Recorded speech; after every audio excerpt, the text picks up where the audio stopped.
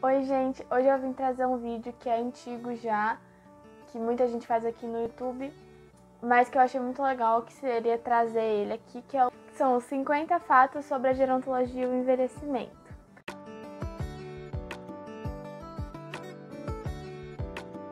Então vamos começar, porque senão esse vídeo vai ficar bem longo. Eu separei os 50 fatos em 25 sobre a gerontologia e 25 sobre o envelhecimento, porque senão fica muita coisa sobre uma coisa ou outra. Então eu separei assim, achei que vai ficar legal essa dinâmica. Eu vou começar com a geronto, os 25 fatos sobre a geronto.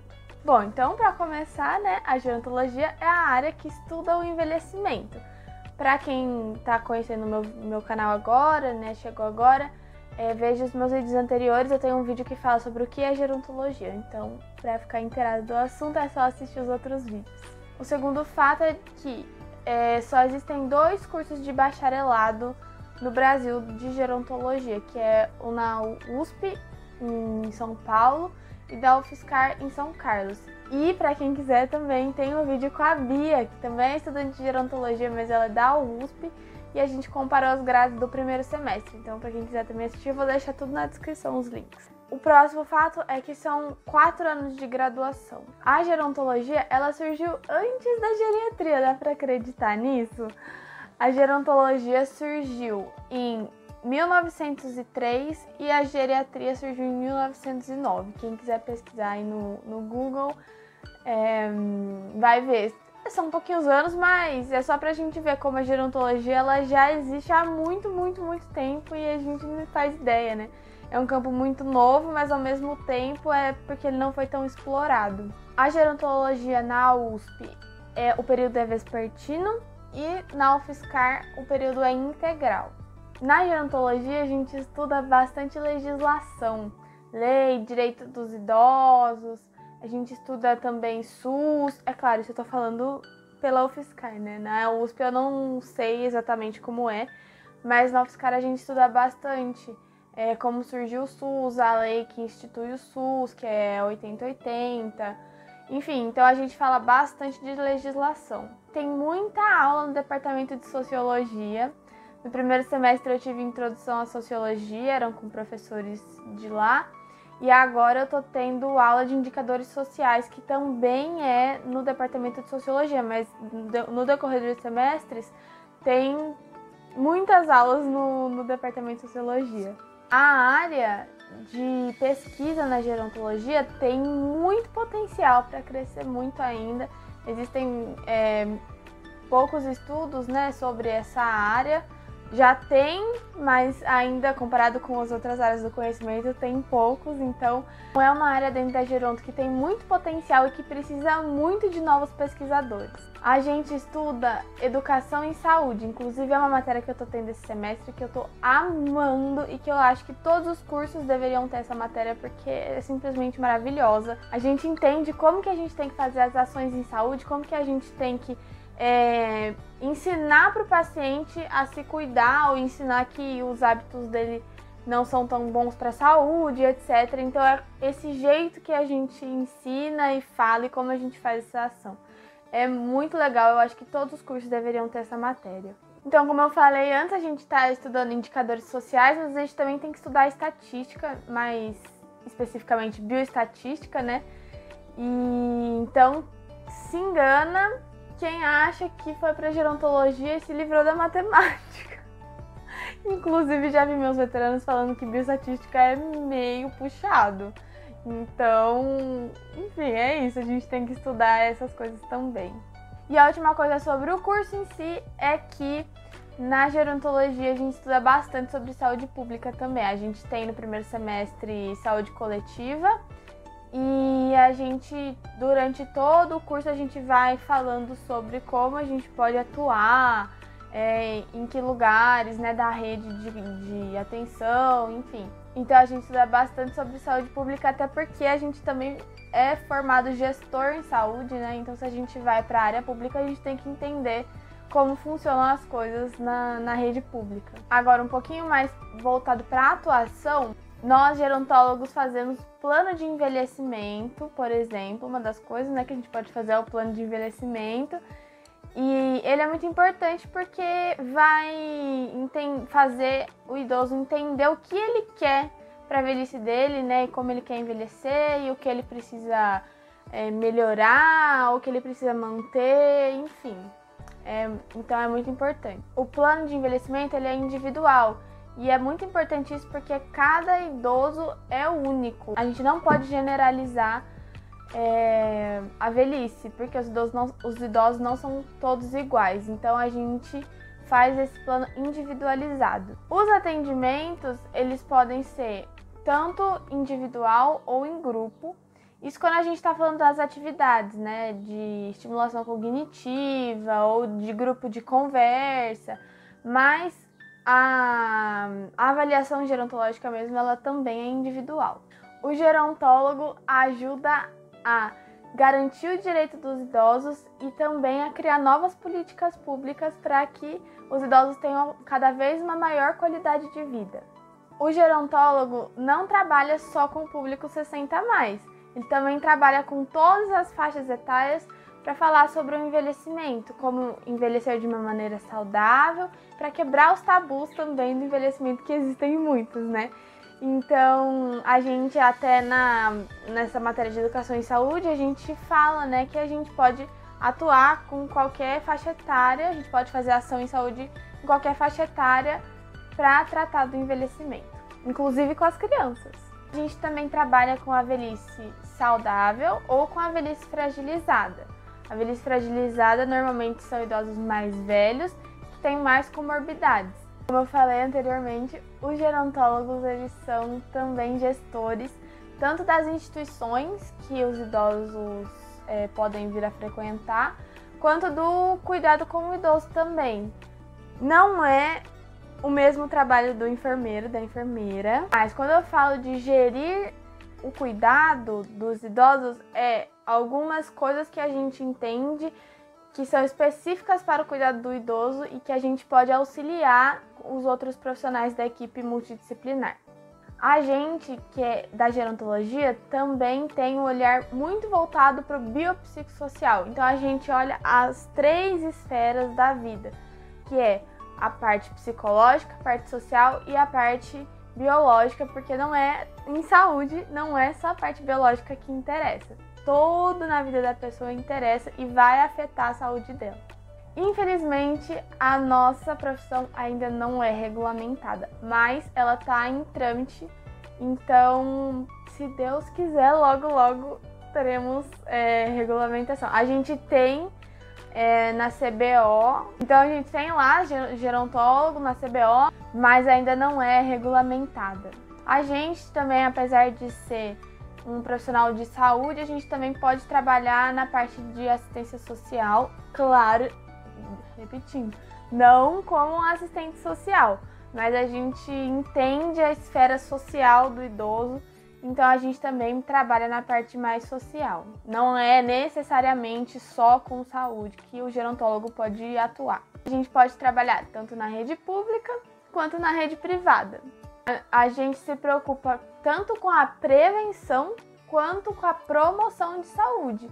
Então o gerontólogo ele não vai atuar só com doenças, né? A gente também promove o envelhecimento saudável na prevenção dessas doenças que podem vir junto com o envelhecimento. Ainda existem alguns desafios de reconhecimento, tanto da sociedade quanto dos outros profissionais. Muitos profissionais, como médicos, fisioterapeutas, nutricionistas, enfermeiros, ainda não entendem a nossa importância na equipe de cuidado, mas a gente chega lá. Com ações dessa, como eu estou fazendo, de fazer o canal para divulgar a gerontologia e fazer as pessoas entenderem o que é a gerontologia, é que a gente vai ganhar esse espaço. A gente chega lá. A gente não prescreve nem medicação, nem dieta. Dieta vai ser o nutricionista e medicação vai ser o médico. Então a gente até aprende sobre, mas a gente não pode prescrever nada. A gente pode olhar, dar uma checadinha em como tá, fazer uma avaliação nutricional, mas aí se a gente acha que tem alguma coisa errada, a gente vai encaminhar para o nutricionista. E é importante dizer também que nosso último fato aqui sobre a gerontologia é que a gente trabalha preferencialmente em equipe multiprofissional. A nossa profissão, ela é muito voltada para as outras esferas, igual eu falei, né? Bem amplo. Então a gente precisa dos outros profissionais para poder dar um cuidado integral para esse idoso. Então, normalmente a gente trabalha em equipe multiprofissional, não é isolado. E eu acho que todo profissional de saúde, na verdade, deveria ser assim. Mas essa característica na gerontologia é bem marcante. Agora, nós vamos para os 25 fatos sobre o envelhecimento. Será que você tem aí vários tabus na sua cabeça sobre o envelhecimento? Vamos quebrá-los? É muito importante quebrar os tabus da nossa cabeça, porque todo mundo envelhece. Oh. A gente não para no tempo, então a gente precisa entender e aceitar a velhice. Vamos falar sobre ela então. O primeiro fato é que no Brasil é a partir dos 60 anos que se é considerado idoso. As mulheres vivem mais do que os homens, então existem muito mais mulheres idosas do que homens idosos. O ambiente é um fator muito determinante para o envelhecimento. Então, os hábitos que você leva, o lugar onde você mora, as condições de acesso que você tem, por exemplo, acesso a saneamento, acesso a serviços de saúde, condição socioeconômica, tudo isso tem muito a ver com a saúde, tudo vai afetar a sua saúde. Então, por isso que a gente estuda tudo muito amplo, porque tudo isso vai afetar o envelhecimento, a forma como você envelhece. Uma grande porcentagem de idosos são chefes de família, então são eles quem garantem, né, a renda familiar. E por isso que a gente tem que lembrar, idoso não é um fardo para a economia. O idoso contribui para a economia, então eu não quero mais ouvir ninguém falando esse tipo de coisa. Além disso, cerca de 14% da população é idosa no Brasil hoje, mas a gente tem projeções de que em 2050 essa população vai ser maior do que 20% da população total do Brasil. Então, reforçando, os idosos vão trabalhar cada vez mais e vão contribuir cada vez mais com a economia. Nada de... Até os aposentados, viu? Isso não é só idoso que trabalha, não. Idoso aposentado também faz a economia girar. Então, nada de falar que idoso é um fardo para a sociedade. O perfil nutricional dos idosos no Brasil é de obesidade. Porém, a maior causa de morte é a desnutrição dos idosos. Essa é muito importante. Não se usa mais o termo asilo. Por quê? Asilo eram aqueles lugares que se trancafiava um monte de gente, não só idosos, mas também pacientes psiquiátricos, um monte de gente que não podia viver em sociedade, então eles eram trancafiados nos asilos. Então esse termo ficou muito pejorativo e a gente quer que os lugares que cuidam de idosos não tenham esse peso, né? Então agora se diz ILPI, que é Instituição de Longa Permanência para Idosos. Existe delegacia do idoso, você sabia? Inclusive, violência contra o idoso é crime. Se você testemunhar esse tipo de violência, como qualquer outro, mas enfim, denuncie e procure a delegacia do idoso na sua cidade. Não são todas as cidades que tem, mas algumas já tem, então pesquisa aí no Google. Conforme o passar dos anos no envelhecimento, a gente vai ter uma realocação da gordura corporal. Então, normalmente nos homens, a gordura do corpo se realoca para a barriga e nas mulheres, normalmente, a gordura do corpo se realoca para os quadris. E também, com o decorrer do tempo, a gente tende a perder massa óssea, que é a osteopenia, e massa muscular, que é a sarcopenia. Então, é muito importante que os idosos continuem fazendo exercício físico, né? Se nunca fizeram, que comecem, principalmente a musculação, que vai manter os músculos e não vai perder massa magra. Existem alguns medicamentos que não são indicados para idosos. Eu já falei sobre isso no meu vídeo que eu falo sobre o meu primeiro semestre. Eu falei isso porque eu tive esse assunto no meu primeiro semestre. Então, tem que ficar ligadinho, porque existem alguns remédios que não são indicados para os idosos. A depressão é uma das doenças mais comuns na velhice. E isso se dá por vários motivos, mas principalmente por causa dos tabus que a gente coloca em cima da velhice, de que o velho não faz mais nada, não contribui com a sociedade, fica doente. E então, muitas vezes, para muitas pessoas, envelhecer é uma coisa triste. Então, a gente precisa quebrar esses tabus. Não é só por isso que tem muita prevalência de depressão, mas esse é um dos fatores importantes. E muitas pessoas só realizam alguns sonhos na velhice, porque hoje em dia, né, no nosso tempo, a velhice é uma das fases mais longas da vida. E muitas vezes acontecem coisas que precisam ser resolvidas antes, né? Então, por exemplo, a pessoa tem filho, então precisa criar o filho, ela precisa ter condições, ter sua própria casa, ela precisa fazer várias coisas e acaba deixando alguns sonhos de lado. E na velhice, quando a pessoa já tem mais tempo, já está mais estabilizada, é claro, isso depende muito da classe social também, mas é quando muitos idosos realizam seus sonhos, como fazer faculdade, por exemplo. Por isso, o próximo fato é: nunca é tarde demais para realizar sonhos. Não é porque você envelheceu, porque você está velho, que você não pode fazer o que você gosta ou começar projetos novos. Como eu disse, a velhice é um período longo da vida. Então você vai ter tempo sim para fazer as coisas que você quer e que você gosta. Corra atrás disso. Velhice não é doença. Vamos deixar isso claro? E velhice também não precisa ser sinônimo de déficit. Podem ocorrer sim déficits, tanto cognitivo quanto biológico, de fisiológico, né? Mas não precisa ser sinônimo de déficit. A gente pode sim ter um envelhecimento saudável e a gente tem que estimular e promover isso. Pode-se sim ter uma doença crônica e ser considerado saudável, desde que você faça o tratamento certinho dessa doença, que você pratique exercícios físicos, tenha uma alimentação saudável, trabalhe o seu mental, né, tanto o psicológico quanto as funções cognitivas, e mesmo tendo uma doença crônica, você é considerado saudável. Cabelo branco não é coisa de gente desleixada. E digo mais, não é coisa de mulher desleixada, porque existe muito... Ai, homem grisalho é lindo, homem grisalho é charmoso. Agora, mulher parece uma bruxa de cabelo branco. Vamos quebrar isso. O cabelo branco tem que ser aceito. O cabelo também envelhece. Gente, velho faz sexo. Tá chocada? Tá passada? A gente precisa falar sobre a sexualidade dos idosos e a gente também precisa falar que os idosos precisam se cuidar.